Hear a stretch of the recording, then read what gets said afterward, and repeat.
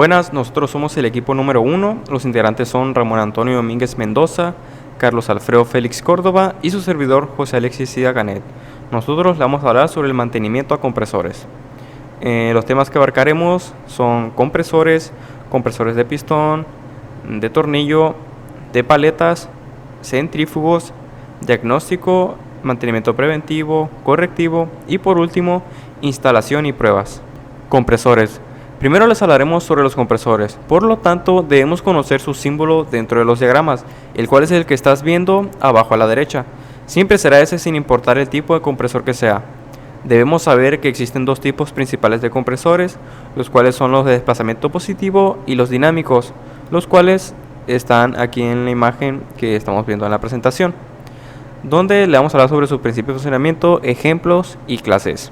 Primero vamos a hablar sobre el desplazamiento positivo. Su principio de funcionamiento dice que incrementa la presión reduciendo el volumen en donde se encuentra el aire. Un ejemplo de este vendría siendo un globo desinflándose. Cuando el globo se desinfla, el aire sale a una presión más alta que la atmosférica, debido a la reducción que se ocasiona en el globo, ¿no? En las clases encontramos el reciprocante, o conocido como de pistón, el de tornillo y el de paletas. En los dinámicos dice su principio de funcionamiento que incrementa la presión al aumentar la velocidad del aire cuando pasa por un rotor. Un ejemplo de este es el railete. Cuando el aire pasa a través del railete, se acelera y ocasiona que salga a mayor presión en el otro lado. En las clases que nos encontramos de dinámicos vendrán siendo los centrífugos. Ahora vamos a hablar sobre clasificación. Estos se clasifican dependiendo del impulso que tengan, si son fijos o móviles y la calidad de aire que nos proporciona. Como se puede observar en la imagen, dice aquí, ¿no?, compresores, y está impulso, montaje, enfriamiento y aire comprimido. El de impulso se clasifica en lo que es el motor eléctrico, motor diésel o una turbina de gas. En el montaje es si es portátil, estacionario o en patines. El enfriamiento puede ser por aire o por agua. Y de aire comprimido, que si es contaminado por aceite o sin contaminación.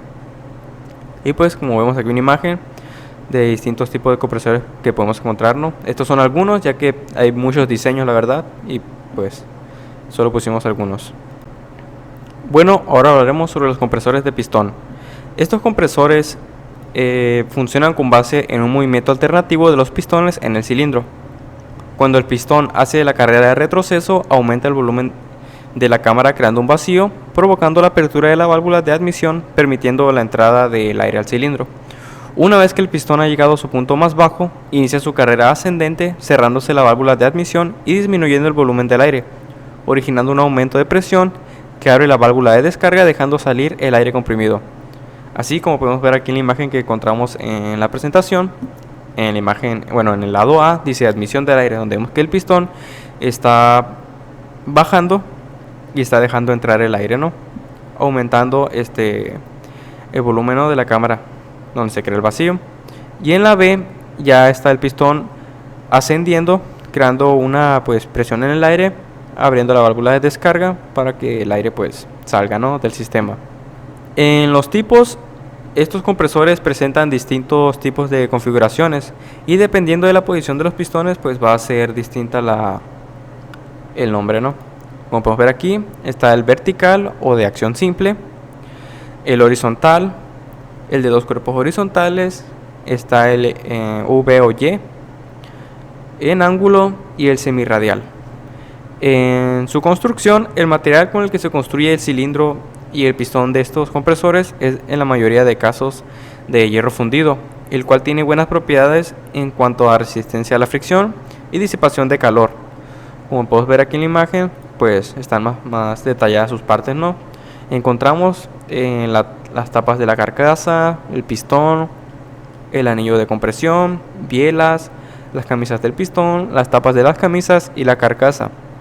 En la imagen B ya podemos ver el compresor ya armado, ¿no? Bueno, ahora vamos a hablar sobre los compresores de tornillo. En estos compresores hay dos tornillos helicoidales, uno cóncavo y uno convexo, los cuales engranan haciendo que el aire aspirado sea impulsado. Estos al engranar reducen el espacio que dispone el aire, generando un aumento de la presión interna del aire y por efecto de la rotación y sentido de las hélices es impulsado hacia el extremo opuesto, ¿no? En sí estos no tienen tipos, ya que básicamente todos son iguales y solo se diferencian en lo que varían en cuanto al tamaño y su capacidad. Su construcción, como se mencionó anteriormente, solo es la carcasa en la cual dentro de ella se encuentran los dos tornillos, uno cóncavo y uno convexo, como les mencionaba, los cuales están montados paralelamente.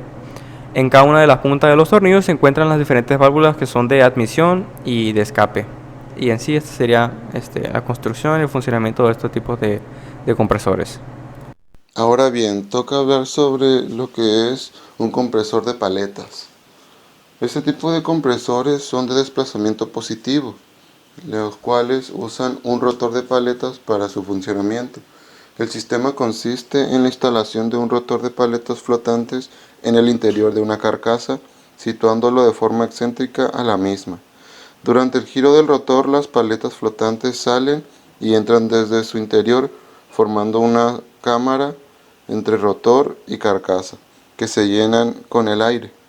Al estar situado el rotor en una posición excéntrica al eje central de la carcasa, las cámaras van creciendo en la zona de aspiración, llegando a producir una depresión que provoca la entrada del aire.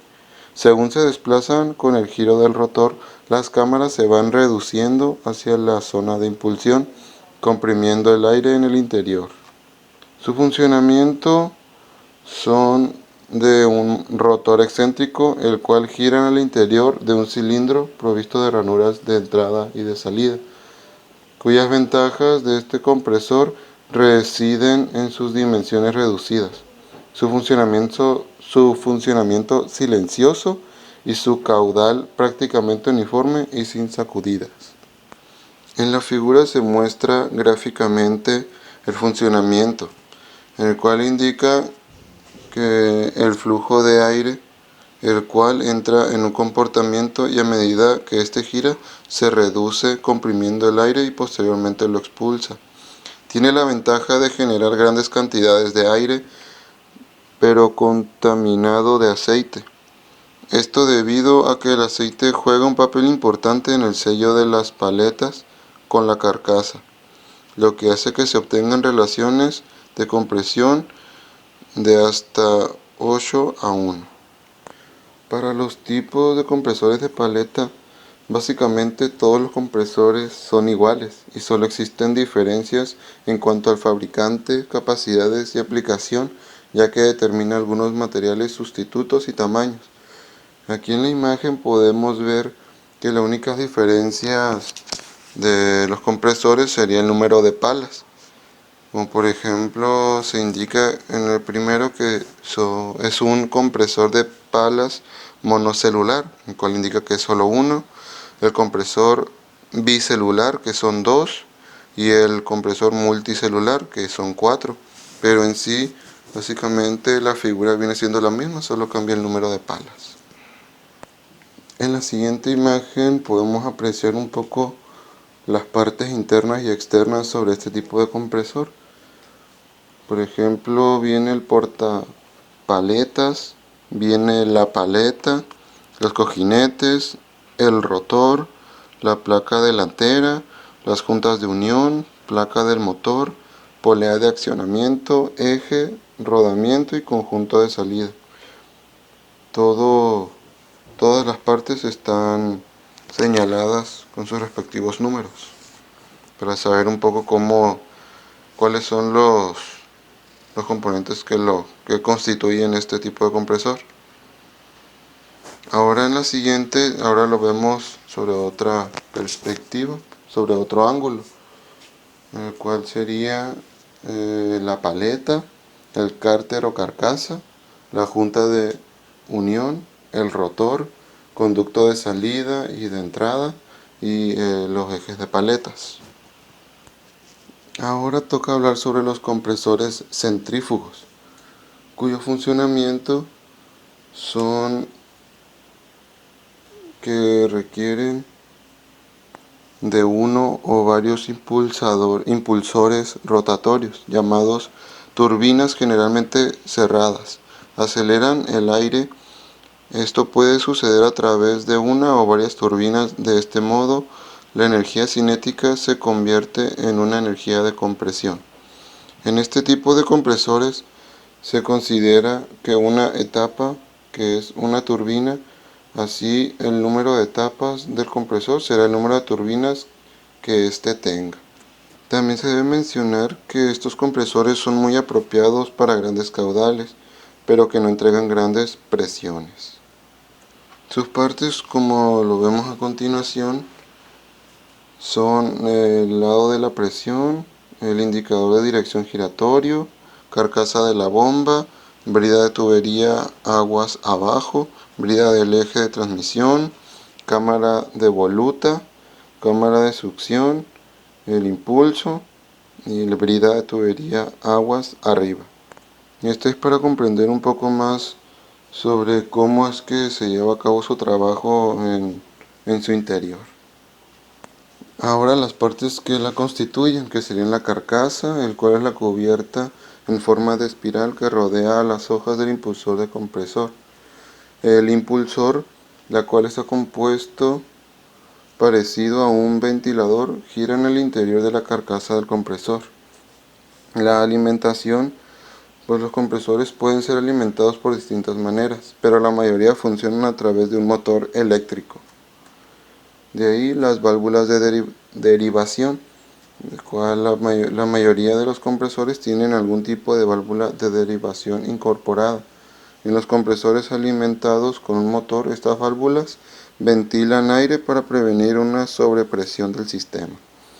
El separador de agua, el cual estos dispositivos varían en su diseño, pero su propósito principal es quitar la humedad del aire comprimido. Los componentes de este tipo de compresor son su sistema eléctrico, el mecanismo de admisión, mecanismo de inducción, sistema de compresiones, mecanismo de expulsión y el tablero de control, en el cual tiene sus respectivos conceptos, sus definiciones.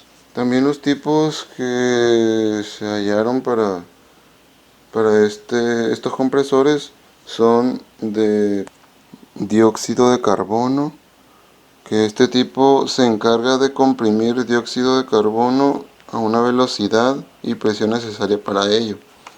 También se encuentra de gas, que este se encarga de comprimir gas de forma constante y sin producir alteración en la composición química del fluido.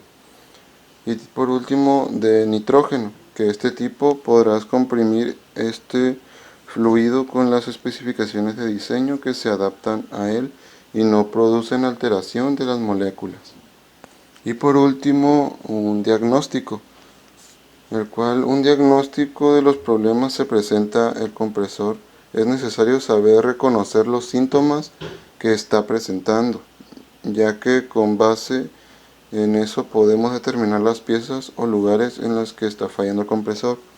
Aquí básicamente sería el llevar a cabo un análisis sobre lo que se está llevando a cabo, sobre los síntomas que llega a tener el compresor, para así generarle un diagnóstico y de poder determinar qué problema es el que tiene, para ahora sí hacerle ya sea el mantenimiento o el cambio necesario para que después ya se evite alguna pérdida de alguna pieza y que esos problemas que se estén generando desaparezcan para un correcto funcionamiento de estos compresores.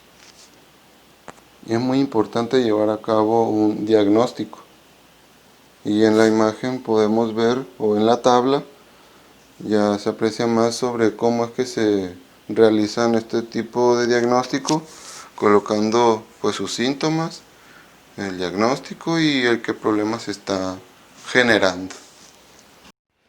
Para mantener un buen funcionamiento de compresores se debe contar con una supervisión adecuada.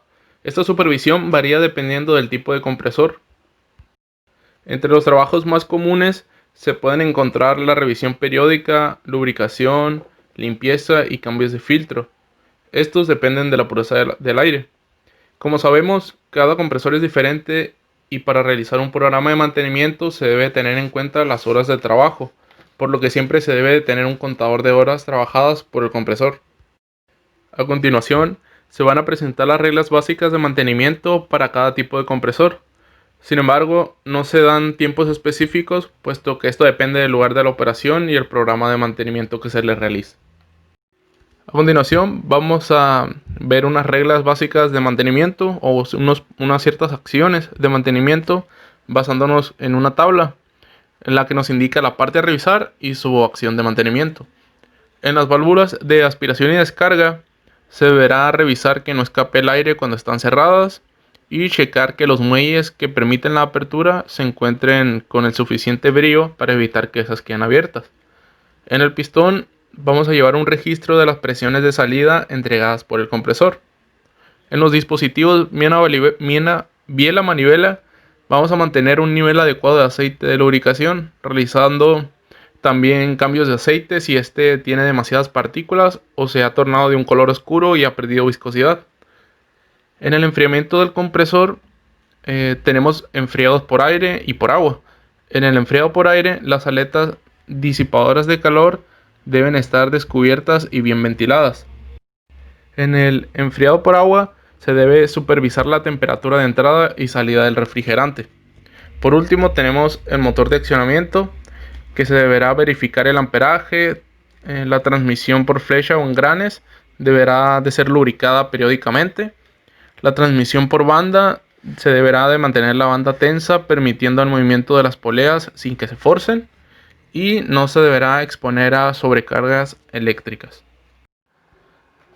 Los compresores de tornillo.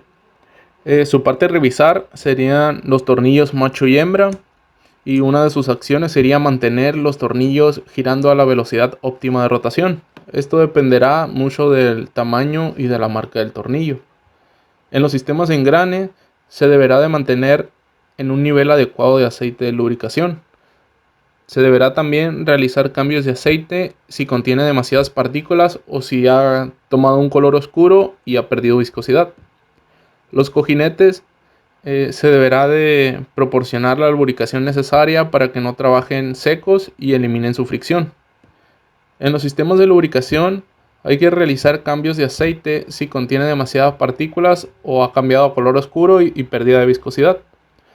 También se deberán cambiar filtros de aceite periódicamente según el tiempo de uso y mantenerse a un nivel adecuado de aceite de lubricación.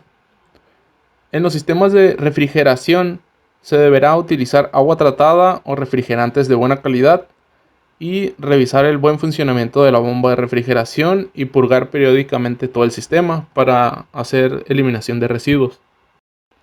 En el motor de accionamiento se deberá verificar su amperaje y se deberá de evitar la exposición de sobrecargas eléctricas. También se deberá de revisar la transmisión por flecha o engranes, esta lubricándola periódicamente. En la válvula de seguridad, cada que se realice un par general, revisar que se encuentre en buenas condiciones y se encuentre limpia. Se deberá también de mantener el área donde se encuentra, que se encuentre en un área despejada y libre de elementos que puedan ser de riesgo, como solventes. Compresor de paletas. En la parte a revisar de rotor paletas, se deberá de mantenerlo lubricado y cuando se realicen paros generales, verificar que las aletas no pierdan su ajuste en las ranuras correspondientes. En las aletas de baquelita, si existe algún desgaste excesivo, se deberán de cambiar. En el tambor se deberá verificar el ajuste adecuado sin fugas de aire y limpiar los condensados y excesos de aceite acumulados. En la carcasa, bridas de aspiración y descarga, se deberá limpiar periódicamente la admisión y descarga del aire. El paso del aire debe ser lo más libre posible. En la parte del cilindro se deberá limpiar periódicamente. El movimiento del rotor debe ser lo más libre posible. El sistema de refrigeración por aire o agua.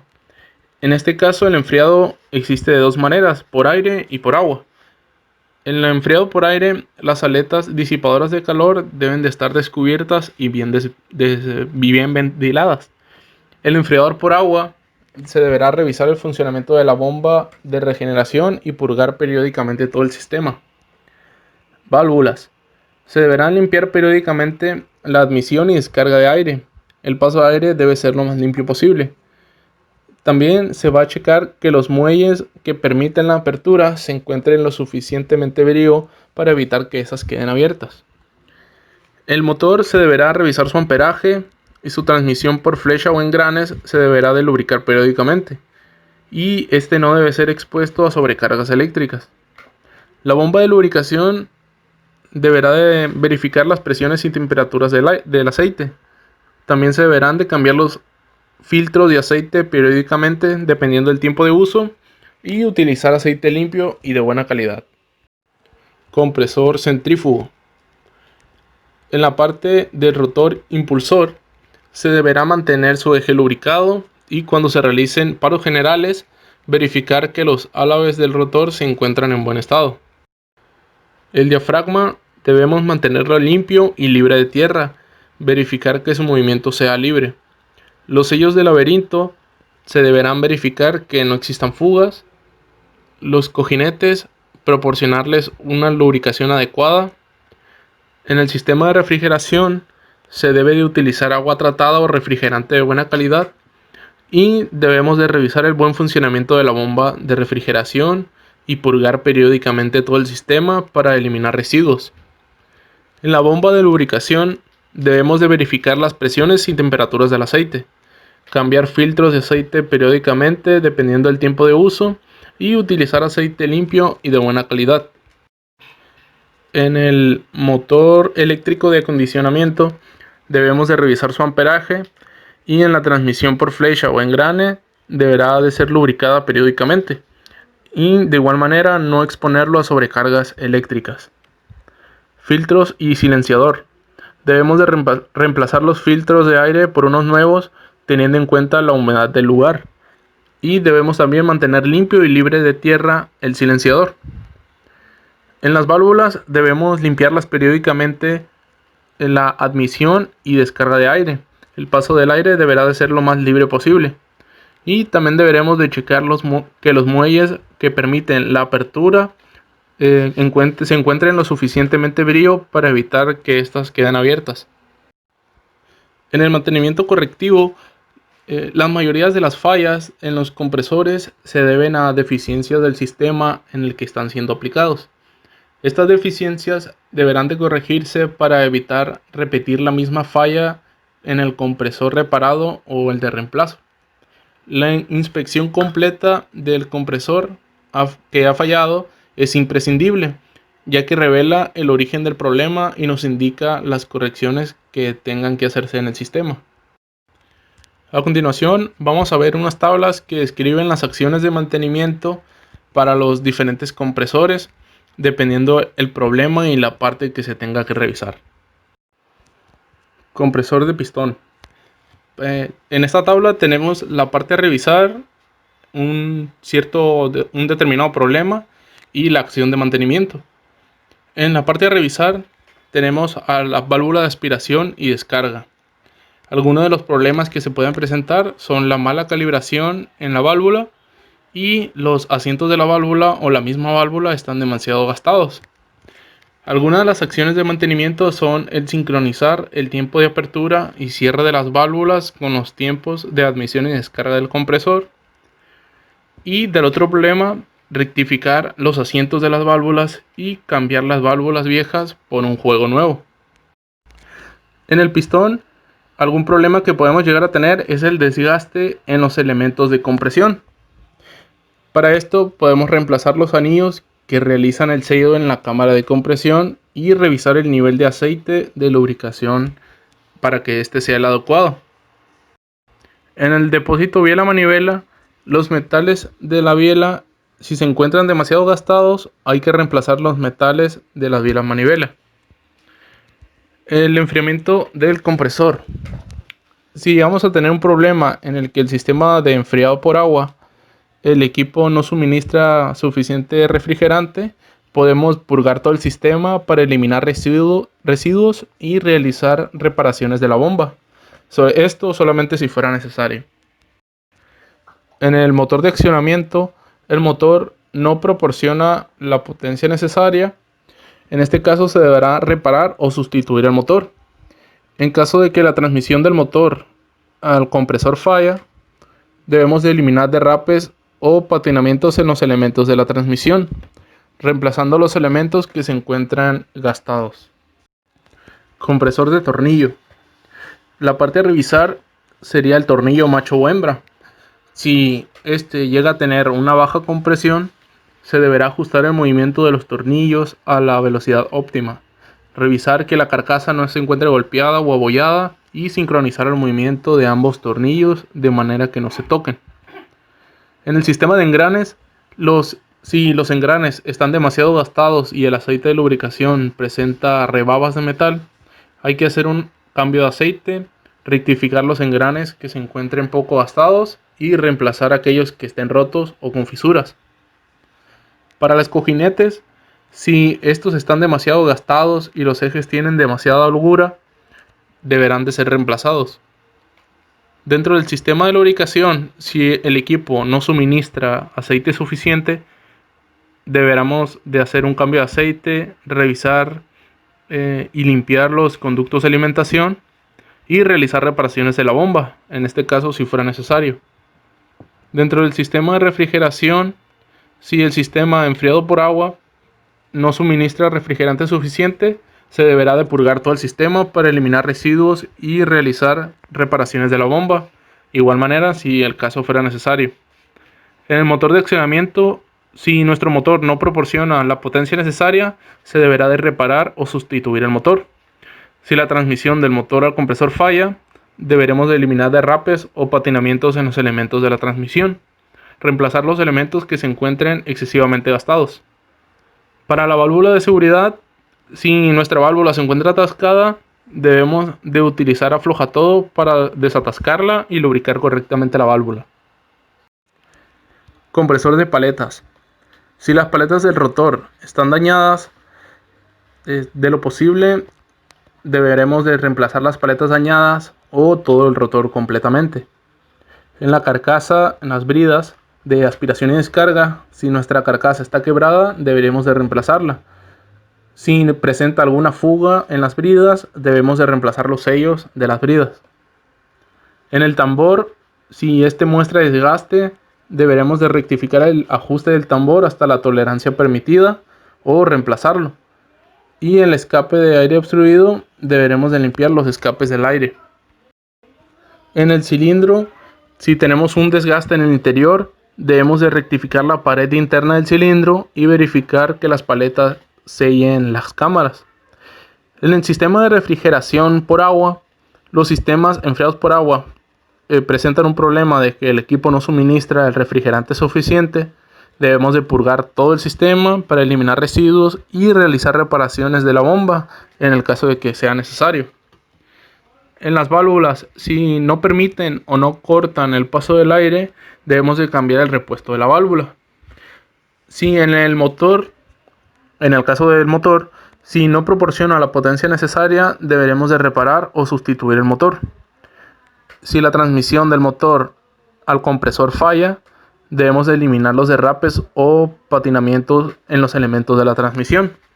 En este caso, reemplazar los elementos que se encuentren excesivamente gastados.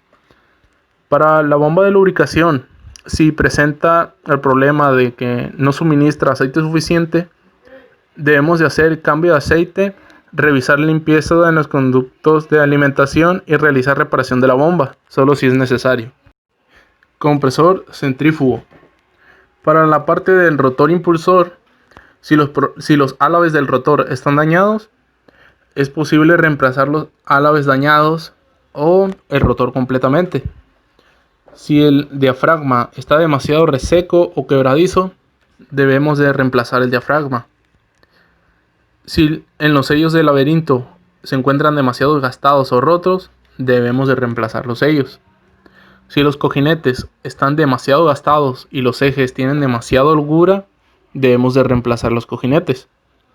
En el sistema de refrigeración por agua, si nuestro equipo no suministra refrigerante suficiente, deberemos de purgar todo el sistema para eliminar residuos y realizar reparaciones de la bomba si fuera necesario.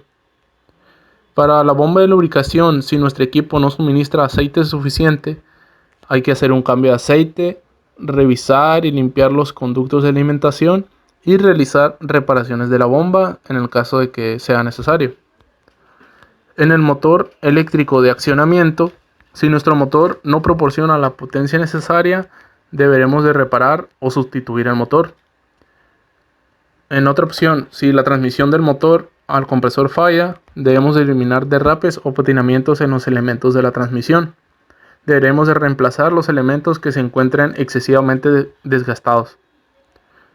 En los filtros y silenciador, cuando el aire no circula hacia la cámara de compresión, deberemos de cambiar los filtros del aire. Si estos hacen demasiado ruido, deberemos de cambiar el silenciador. Para las válvulas, si no permiten o no cortan el paso del aire, debemos de cambiar el repuesto de la válvula. En cualquier tipo de todos los compresores mencionados, se debe tener en cuenta y efectuar chequeos periódicos para revisar que las piezas internas de los compresores trabajen de la manera adecuada y tengan un funcionamiento adecuado, ya que a medida que van sufriendo desgaste, el aceite de lubricación se filtra en la cámara de compresión, lo que ocasiona un aire contaminado con aceite.